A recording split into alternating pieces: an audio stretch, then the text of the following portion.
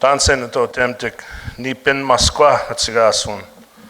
Bujona shnabek nibin makwan dijnakas makwan totem. It's my great honor to be here this morning to join Treaty 5 delegates leadership from across the territory. I want to acknowledge Grand Chief Sati for his strong words this morning. I see a lot of my colleagues from the past in my days gone by in leadership, a lot of the technical people that I worked with as well throughout my tenure in leadership. I saw former Regional Chief Bill Travers, and reminded me of some of the battles that we've been through, in terms of dealing with different levels of government. I'm very honored to be here this morning. I want to acknowledge the pipe ceremonies and the prayers that have been had here. I saw my Sundance brother, leading one of the smudge ceremonies here today, and I want to acknowledge the Sundancers in the audience today. I want to acknowledge as well, Louis Harper, his dedication to treaty discussions, the treaty movement. Louis worked with us at the Assembly of Manitoba Chiefs, him and Dennis actually. And of course, Doug worked with us. Tracy's worked with us in the past as well. And I'm really honored to call these people my friends, my colleagues from the work that they've done, their dedication and commitment to the efforts that we need to continue to push in order to move forward as Indigenous people with Indigenous rights in this nation state that we call Canada. I have a bit of a slideshow presentation here that I want to take you through today. And the starting point for my discussion always has to be, I think, from the center of sovereignty. The center of sovereignty that I'm referring to is that fire that burns in each and every one of you. It's that fire that gives you your sense of sovereignty, your sense of belonging, your sense of identity in the world that we live in. It's a very confusing world, a very complex world where lots of social boundaries and socially constructed barriers have been created to impede us from the realization of who we are as the original Indigenous people here. My name is Nibin Makwa. I received that name here in Treaty 1 territory in ceremony many years ago. We feasted that name, and that's the name that's been given to me through the ceremonies of the Anishinaabe people, my people. I'm also known on paper and documented in Canada as Derek Nepinak. It's true, I have a law degree. I went to the University of Saskatchewan, and I also went to Osgoode Hall Law School at York University. I have a first-class honors degree from the University of Alberta, where I did my undergraduate work. I studied history, I studied politics, I studied art during that time.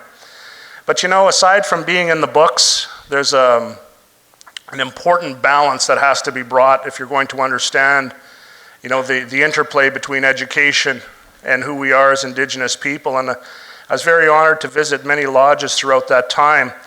And it was during my visits to the lodge where I began to really forge the identity of who I would become. And many of you know me from my days as the Grand Chief.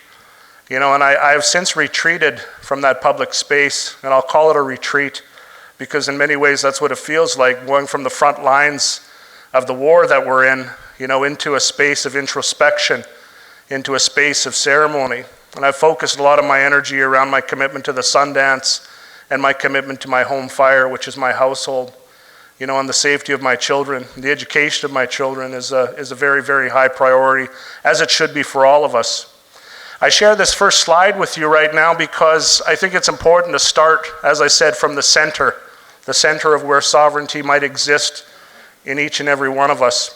That picture there is a picture of me sometime in the 1970s, the late 1970s, on the Pine Creek Indian Band, as it was then referred to. That girl with the short hair in the purple jacket, that's my sister Jennifer Nepinak. Some of you may know her. She's a lawyer. She's with the Canadian Museum for Human Rights. And in my family, interesting to know that I'm a bit of an anomaly because I was I'm the product and the son of my mom, of course. But she was 15 years old when I came into the world. She was going to school here in Winnipeg. She, of course, when you're young, you get that spring fever. Sometimes Sometimes things happen, and 9 months later there's Derek Nepinak being born at the St. Boniface Hospital. I was born at a time when most of my generation, I think, being born to young moms was being scooped up and sent off and purchased in some cases. Some of our young people were being purchased by families from government. Government was making money off of us at the time and shipping many of us off to different parts of the world, different parts of the country. I was lucky enough that my mom protected me and brought me back to the old people in my community. And my grandmother, my great-grandmother and grandfather protected our household with a fierce determination that meant no child was going to be taken from our home. And that's the way we were raised. That's the way things were back then. Even if it meant that 5 or 6 of us or 7 of us kids were living under the same roof, that was going to be okay because we were going to take care of one another. And that's where I started from. That's where my journey begins, in this world and in this life. And I also mentioned my sister because she's the first one to go to law school in my family. And when she went, I thought, hey, you know what? Maybe I can do that too. And I think that's an important message when we see young people succeeding in education because they pave the way for their brothers and their sisters in the next generation to say, hey, you know what? I can do that too. And education is so very important at this very confusing and complex time in the world. Much of my presentation is focused around some of the things that have already been discussed at great length by some of the previous speakers. We've got experts here in law and in policy, international law and policy. You've benefited from hearing from people like Paul Chartrand yesterday, who talks about international law and international rights, and also one of the commissioners on the Royal Commission on Aboriginal People that was done back in the 90s. You've heard from Saul Sanderson. You've heard from Rory Hawkwitz. These people are brilliant minds of our time, and we're very, very, I think, very, very lucky to have them come into the room here and share the wonderful ideas and thoughts and teachings with you. As we know, from treaty, the paper that the treaty is written on is not the treaty. We have to recognize that the spirit and intent is the treaty, not the words on the paper. And the spirit and intent of treaty has always come from the inherent rights and the jurisdiction and the sovereignty of our ancestors. Nothing was given away. We did not cede, release, or surrender anything to anybody. What we committed to was sharing and opening up the land for immigration for other people to also benefit from what the lands have to offer here. But there's also a spiritual component to these treaties, and I don't know if it's often discussed because we spend a lot of time focusing on the relationships between human beings as opposed to the relationships that need to be discussed between human beings and our lands, because there is that third party to the treaties. It's the Creator as expressed through the lands that we live on, the waters that we drink from. That's a very critical, important part of treaty that we need to consider, because what it allows us to do is it allows us to see treaty and our lands and resources as more than just something for exploitation.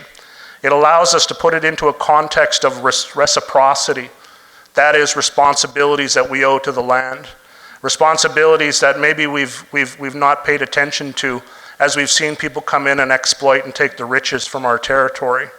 That to me is a key piece of the treaty that we need to focus on as things are changing. We're living in a world now of global warming, of climate change, and these changes are going to accelerate. And how do we try and create balance in that relationship? How do we restore it? That to me is something that has to be focused upon.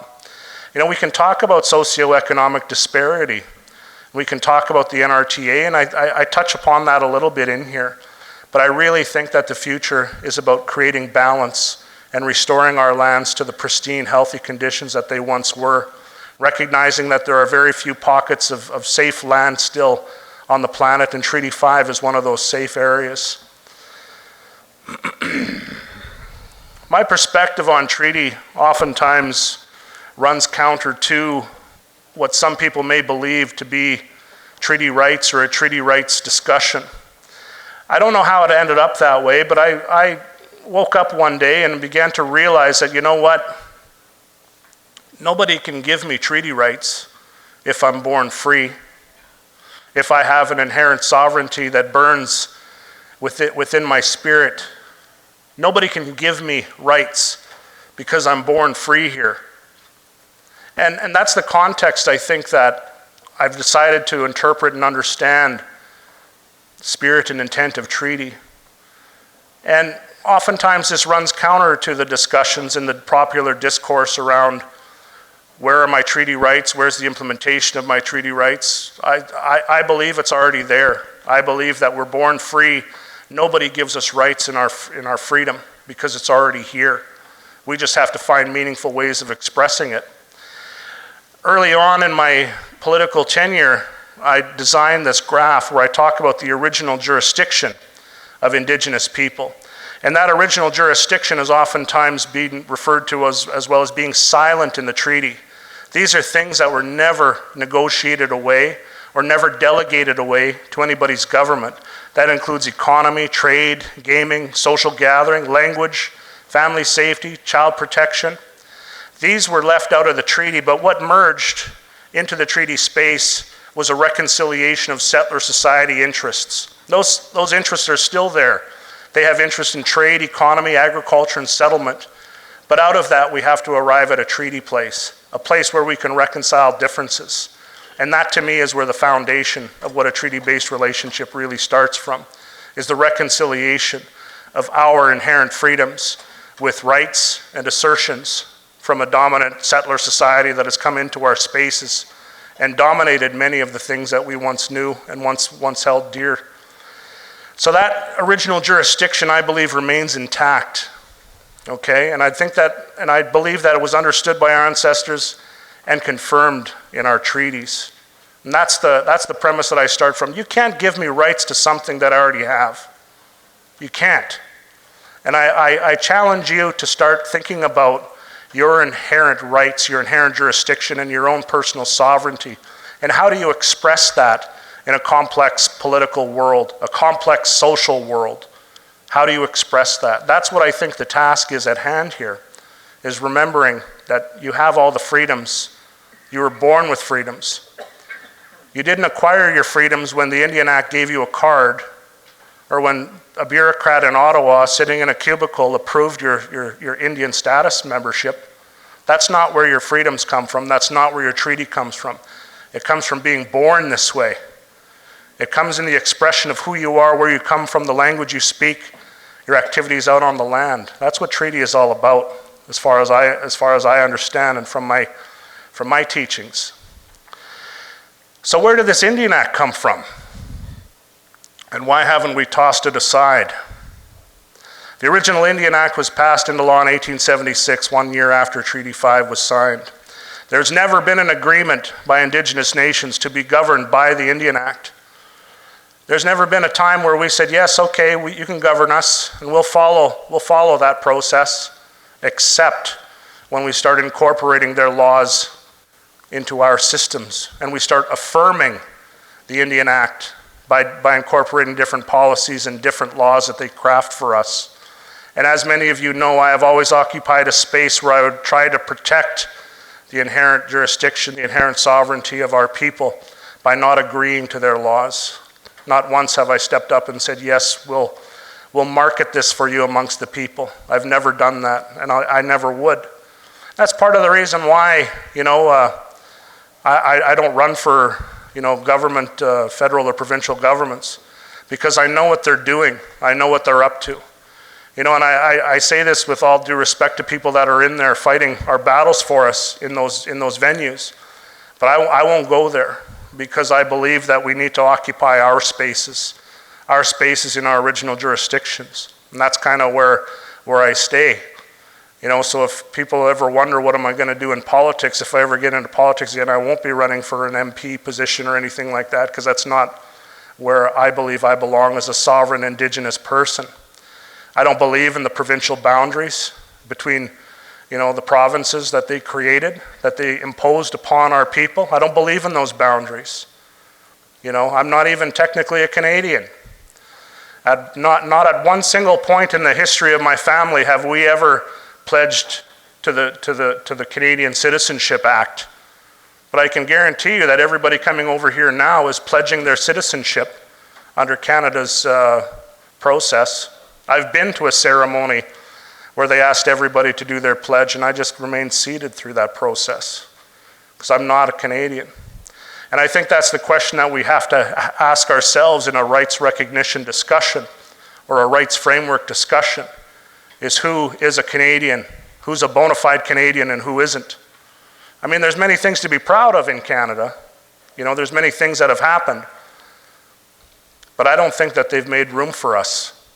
And I know that their laws are still designed to push us aside and keep us outside of our inherent jurisdiction. I know the psychology of what they've done through policies, and I can't call myself a Canadian in that context. And I think that's something that we all have to go through, and that's why it's important to start the sovereignty discussion from yourself, and then from there expand out. In considering my freedoms and our freedoms as Indigenous people, I began to think about, why are we wrapped up this way? Why are our minds wrapped up this way? Why do we continue to be stuck in this dilemma, in this dynamic as Indigenous people, believing in their policy and believing in their governance structures and participating in them? And I began to see that we need to begin our healing process. We need to begin unraveling our minds from some of these processes that they've convinced us of that work. And I often refer to this quote from Bob Marley: "Emancipate yourselves from mental slavery. None but ourselves will free our mind." And I truly believe that. I believe that it starts from a self-recognition of where we stand and grounding our identity in our true freedom.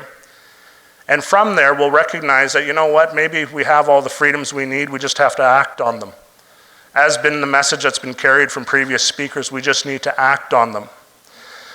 So what did I do when I began to realize that? I jumped on my motorcycle and I drove all over the countryside, stopping in communities all over the treaty territories, all the way to the foot of the Rocky Mountains, amongst the Blackfoot people, amongst the Plains Cree people, into the northern parts of Saskatchewan and Manitoba, into the Dene territories, and even into Treaty 5 territory, carrying a message of freedom and bringing the treaty fire to each community along the way. There is reason and there is rationale behind the things that I've done in this role that I carried for a number of years. The messenger role is not an easy one. You know, it wasn't a joyride on that motorcycle. We rode through very, very difficult conditions. We rode through the night in the rain. When people say you're never supposed to ride a motorcycle through the rain at night, we did anyway. And there was a number of us, and Doug Thomas was on that ride. He knows how difficult it was, you know. These are the things that we committed to in recognizing our freedom and sending that message. We stopped at Tsuut'ina Nation. We addressed the elders in that territory.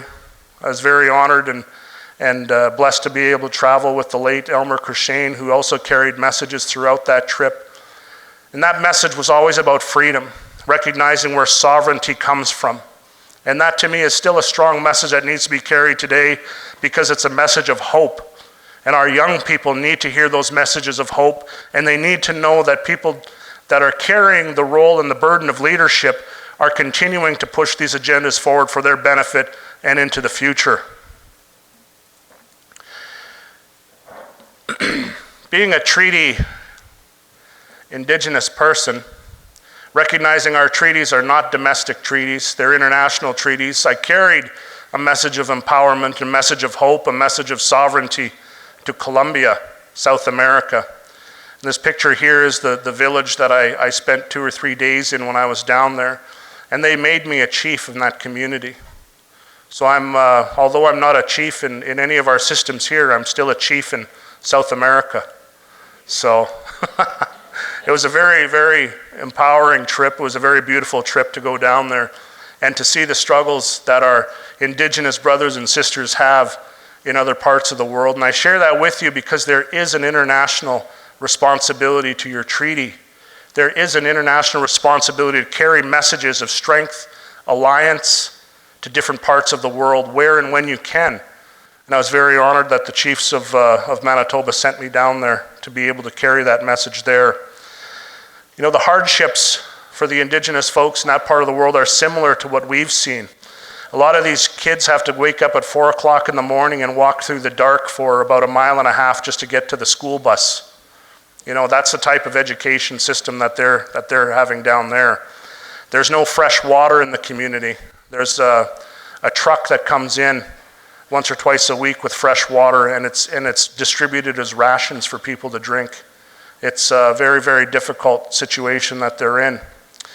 I also carried my message, the treaty message, the message of our territories to an international forum in Morocco, Africa, to the World Human Rights Forum in 2015. And it was at that forum that I shared that we are facing our own genocide here in the nation state of Canada. And I wanted people to hear that because Canada is very careful to shape the messages, to shape the information that comes from other parts of the world. Canada did not have a formal role at the World Human Rights Forum in Morocco. I don't think they sent any delegates to that meeting because they don't participate in that type of forum coming from that area of the world in human rights, because they shape how public perception is and how it's perceived amongst people here at home. So there were a number of participants from the Middle East, from the African countries. There were people at this forum that couldn't even live in their home country because they would be tortured and executed for their beliefs. That's where I first began to understand, you know, how messages are treated in different regimes, you know, in different nation states around the world. And I began to feel fortunate. Despite the difficulties, I felt fortunate, you know, that this is my territory, this is my home. One of our responsibilities is in alliance. And I also wanted to share this with you as well, because as Treaty 5 communities, there's alliances that can be built that can be used to strengthen who we are as Indigenous people all across Turtle Island. I think that when I traveled to Wounded Knee, the site of the massacre site back in the 1800s, I recognized that the grieving that's still happening amongst many of our nations is representative of the unresolved trauma that we've all experienced. And when we talk about truth, I think we have to recognize that there's unresolved trauma. And when we talk about reconciliation, we have to talk about it in the context of healing. Because there's a lot of people, a lot of our nations, a lot of our families that have unresolved grief from what we've experienced over the generations. And that's one of the messages that I took out of that trip, because one of the elders that was there was the granddaughter of a survivor of Wounded Knee. And she's very elderly now, but she talked about the unresolved trauma from the massacre at that site of Bigfoot's people as they fled Standing Rock to join their relations at the Pine Ridge Reservation. I encourage everybody to understand that history, because that's our history, regardless of the medicine line, regardless of the existence of the United States. Those are our relations as well. And they're proud and they're strong, and they want to move forward in a good way. A lot of it is tied to healing. A lot of it is tied to recognizing what we've been through and participating. And that, I think, ties into, you know, the trip that I went to New Zealand. Healing Our Spirits Worldwide is a forum for Indigenous people all over the world to come together. And I know some of you have been to this forum. There was a recent one, I think, just this year. And it's really about recognizing that need to move past the trauma, because I think trauma prevents us at times from moving forward in a positive way. I think it clouds our judgment, and it prevents us from recognizing the steps we can take as the free people, the free Indigenous people of these lands. Just to wrap up some of my adventures, the road to Niagara was in 2016. Some of you had participated in that. Some of you were aware of what we were doing. But once again, it was an initiative of healing, recognizing where we've been, trying to find our way back to who we were so we can understand who we are. And much of this treaty relationship that you may recognize today, it starts in the early times around 1763, the Royal Proclamation. I think that might have been discussed in a couple of the presentations. But what you may not know is that the term, as long as the grass grows, the sun shines, and the rivers flow, that was coined in 1763 at that treaty. And that's where the idea of I think of an expansive Canada can actually be accredited to, because it was our people that protected that border right across the line from American incursions into this territory. So if there is a Canada that exists today, they owe it to us. They owe it to us as the Indigenous warriors that protected those boundaries in the early days. So I wanted to talk about that because I believe that that is where our expression of sovereignty can be recognized in the efforts of our people at that time, in the coming together of the Treaty of Niagara. Speaking more specifically about Treaty 5 territory, I looked for a map of Treaty 5 and all I found was a map of Treaty 5 in Manitoba. And as I said before, Treaty 5 is not just Manitoba, and we all know it expands beyond these provincial boundaries that I don't like to recognize. And I don't mean to be provocative, I don't mean to insult anybody, but we're not bound within these provincial boundaries as Indigenous people. We've traveled all throughout the territory. Our trade networks are ancient, our economies are ancient, and they go back thousands of years before the arrival of these governments, these colonial governments and their boundaries. So I look at Treaty 5 and I see vast wealth in that territory. There's a vast wealth of resources in humanity, in the young generations, in the fresh water, in the timber stands, in the minerals. That's all there for you. And the reason why that's important, to put it into context, is because they've tried to take it away from us, from you, as Treaty 5 people, as they have done in Treaty 2 and Treaty 4, the treaty territories that I'm from, through the Natural Resource Transfer Agreement, 1930. Some of you are aware of this, and I think that one of the presenters spoke about it. In 1922, Canada announced its intention to transfer control and jurisdiction of treaty lands and resources to the provinces of Alberta, Saskatchewan, and Manitoba. Canada neither consulted with nor obtained the consent of Treaty First Nations to transfer the lands, water, and resources to Alberta, Saskatchewan, or Manitoba in 1930. And during that time, Canada purported to represent Indigenous people under treaty during the deliberations and was in a clear conflict of interest in the process. Canada representing that they represented us. That's still happening today. Many of the policy tables that exist in Ottawa are being populated by bureaucrats that work in the departments and in the agencies. They say they represent our interests. I've seen it firsthand. So they're still doing that today. And I think it's important for us to recognize that without consent, we cannot be bound by laws that we do not consent to. No matter how that consent is, achieved, or the attempts to achieve consent, unless we're expressly part of the decision, then it's not our decision. The lands, waters, and natural resources within the ancestral lands and treaty territories have been and continue to be largely exploited for the benefit of government and private interests without free, prior, and informed consent, and without the meaningful participation of treaty nations. Treaty nations in Manitoba have been excluded from the meaningful share of the revenues, wealth, and benefits generated by development and activities carried out within the traditional and treaty territories of Treaty First Nations. Now, why is this important? Why is this important? Well, I think it's important because the Royal Commission on Aboriginal People in Volume 2 at page 163 of Part 1 states, to be effective, to make things happen, any government must have three basic attributes. There has to be legitimacy, there has to be power, and there has to be resources. Now, how do you in Treaty 5 garner those three components together? How do you bring those three components together? As foundations of governance, legitimacy refers to public confidence in and support for the government. And I ask you, are we operating from a legitimate form of governance in the Indian Act system?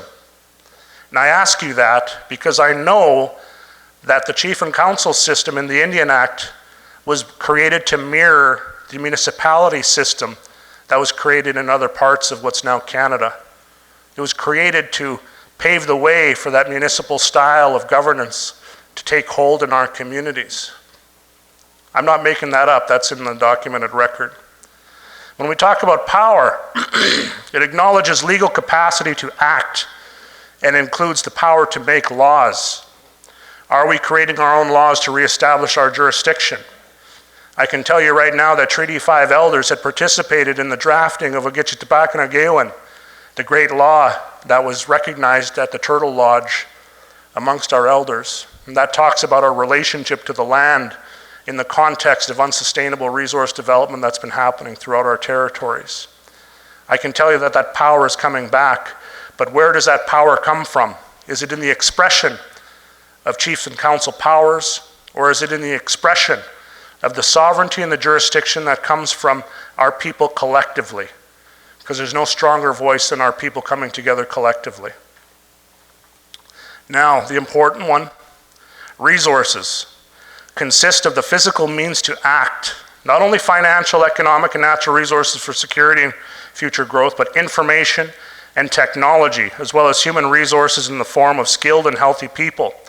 Key resource issues include the nature of fiscal and trade relationships among governments, which affect the control and adequacy of resources. You can't have a government if you don't have resources. And I say that because now's the time to reassert your jurisdiction over your resources. I'm not just talking about the lithium deposits or the diamonds or the gold or the oil or the gas or whatever is down there. I'm talking about human resources, developing people, developing families. That's where our strength really comes from. All done in the context of our responsibilities to the land. Because as we've been sitting on the sidelines watching everybody else develop the resources from the earth, they've done it in an unsustainable way. They've done it in such a way that our actual very existence on the surface of the planet is at risk right now. Asserting our jurisdiction over our lands means recognizing our responsibility to stewardship and all living things on our land and water. In 2014, I went on the tar sands healing walk, and I walked for 16 kilometers around the site where they've done open pit mining, and they've extracted oil from what people call bitumen or tar sands. And in order to get that oil out of there, you need to burn four barrels of fresh water to get 1 barrel of oil. And I ask you, what's more important, 1 barrel of oil or 4 barrels of fresh water? Considering that fresh water is becoming scarce in so many parts of the world. It's unsustainable. It's unsustainable. And these pipelines and these new mines that are being approved right now that are going to move that oil across our territories, they're contributing to an unsustainable activity that's leading to global warming and climate change. I sat with the chairman of the National Energy Board, and I asked him about these pipeline approvals. I said, what are those pipelines doing in their transportation of fossil fuel to impact global warming? When they arrive at their destination, how is that carbon being addressed? And he didn't have an answer for me. He did not know how much these pipelines contribute to the acceleration of detrimental effects in greenhouse gas emissions and carbon in our atmosphere. And these are important considerations to make because it's our children that need to breathe the air into the future. Our grandchildren need to breathe the air in the future. And what are we doing in our responsibilities to these resources? Now I ask you, what tools do we have in addition to our treaty to make good governance? The United Nations Declaration on the Rights of Indigenous People was adopted by the United Nations General Assembly in September of 2007. Canada did not agree with it at the beginning, but as we know, it later adopted it as well, conditionally or aspirationally, and we're still involved in that discussion. We know that Romeo Saganash has moved the bill towards acceptance of the Declaration in its pure format and in its true content. The Declaration is an expression of the fundamental rights of Indigenous people around the world. It sets out principles of partnership and mutual respect that should guide the relationship between states and Indigenous people. It also provides ways to measure and assess whether and to what extent states are respecting and protecting the rights of Indigenous people. The Declaration recognizes that Indigenous people exercise a right to free, prior, and informed consent when any matter affects the inherent and treaty rights, ancestral land, ceremonial and cultural pursuits, cultural and economic development, and community health and well-being of our people. The UNDRIP principle of free, prior, and informed consent is consistent with the express consent of First Nations sought by the Crown of Great Britain during the treaty-making process, as reflected in the oral and written record of the treaty negotiations. Now, some of you may have seen in Rory Hawkwat's presentation that nothing is created from settler incursions into our territory without our consent. And I believe that that underlying truth, that fundamental truth, is still there. And as I said, they find ways of trying to get us to imply consent through different policy mechanisms, through different maneuvers that they develop in far-off places and then impose in our communities and in our homes. Be very, very wary of what consent means, because if without it, they can't move. I ask you, as I approach the closing of my presentation, to ponder governance in a world of climate change. You know, one of the things that I've done since I've retreated from the front lines of political leadership is through my introspection, I began to understand that the greatest value that I can contribute is to helping our communities and our families find ways of surviving, you know, some of the challenges and difficulties that we have ahead of ourselves. You know, and in the north, some of the climate change events that are happening are more recognizable than what other people are experiencing. You know, if you're living in a condo in downtown Toronto, you may not recognize climate change happening. But if you're living in the communities in the north, you're seeing it every day and you're feeling the impacts. Governance in a world of climate change needs to become a priority. You know, in the management of human relationships and the development of institutions, that's important. But we have to figure out how are we going to survive in the coming years.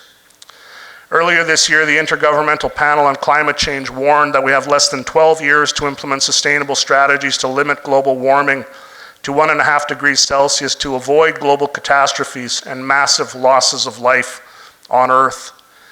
This dire warning comes at a time when Indigenous nations are asserting a role and responsibilities over our lands and our water.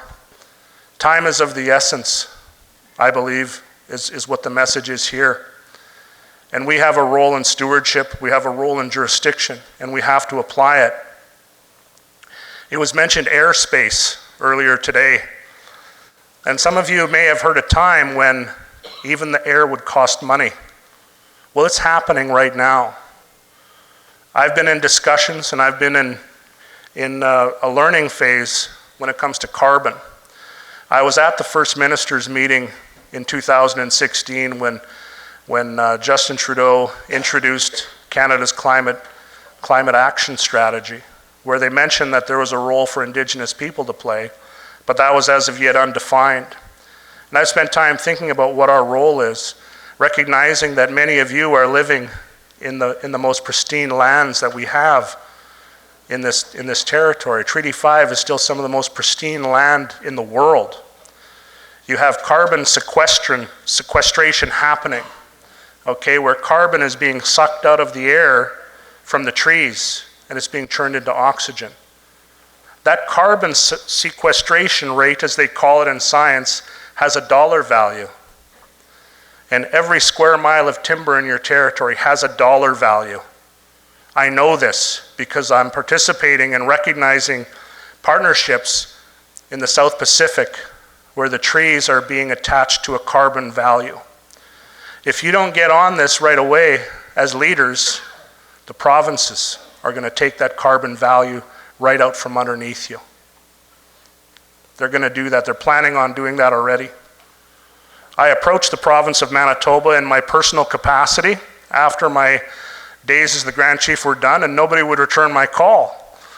But I wanted to talk about what they're doing for carbon, or what they're doing with the communities regarding carbon in the north, because that pristine land is where most of the carbon is being taken out of the atmosphere. That's the lungs. Your lands are the lungs of the planet Earth. So what's being done? Something has to be done. So I've aligned myself with partners that can help the communities. That's what I do in my private life. Because I think the time is now to start putting these plans in place. What's going to happen when they stop delivering food to our communities? because that's going to happen, and that's already happening. Look at the recalls of the vegetables in the last month. How many recalls have there been? These are accelerating. E. coli bacteria in romaine lettuce. They're not going to deliver that lettuce to your community with E. coli in it. We've got to find ways of rebuilding infrastructure in our communities so that we have safe food to eat. Because as it is already, a lot of the food we're eating is highly processed and it's making us sick. That's what health is about what we're putting into our bodies. We've got to find new ways of getting healthy foods into our systems, into our communities. So another way that I've been working on is through indoor farming or vertical indoor growing of vegetables and fruits. These are things that we need to think about because we might have thought about them yesterday, but now's the time to begin implementing them. Because we're not going to be able to rely on the trucks and the transport of fresh fruits into the future because of what's happening. It's been said that changes in law regarding pesticides, changes in climate may lead to a worldwide agricultural collapse for growing outdoors. We've already seen massive droughts in our own territories in Saskatchewan, Alberta, Manitoba. We've seen droughts that have impacted the cost of food, that have impacted the cost of bread. We've got to begin implementing strategies now, and you as governments have to begin implementing strategies now to start growing your own food again and bringing those messages about healthy food back to the communities and the impetus and the onus on us to move into that direction as people. That's something I'm focused on as well. The time is now to do these things. And this is what I truly believe. I share these ideas with you not because I'm trying to impose myself. I only go where I've been asked to go. I only speak where I've been asked to speak. And when the tobacco passes, that gives me the right to say the things that I need to say. So, in closing, I finish with a quote from one of my favorite people in the whole world, Nelson Mandela. Some of you are aware that I spent 27 hours fasting in his replica jail cell at the Canadian Museum for Human Rights because I want to know what we're doing for our apartheid. What are we doing to address our apartheid here at home? Because we have beautiful examples like this wonderful man here who dedicated his entire life to overcoming apartheid. It always seems impossible until it's done. It's such a simple phrase, such a simple statement, but it's true. There is so much truth to that. And I ask you, let's look at the impossible and let's get it done. Miigwech, thank you.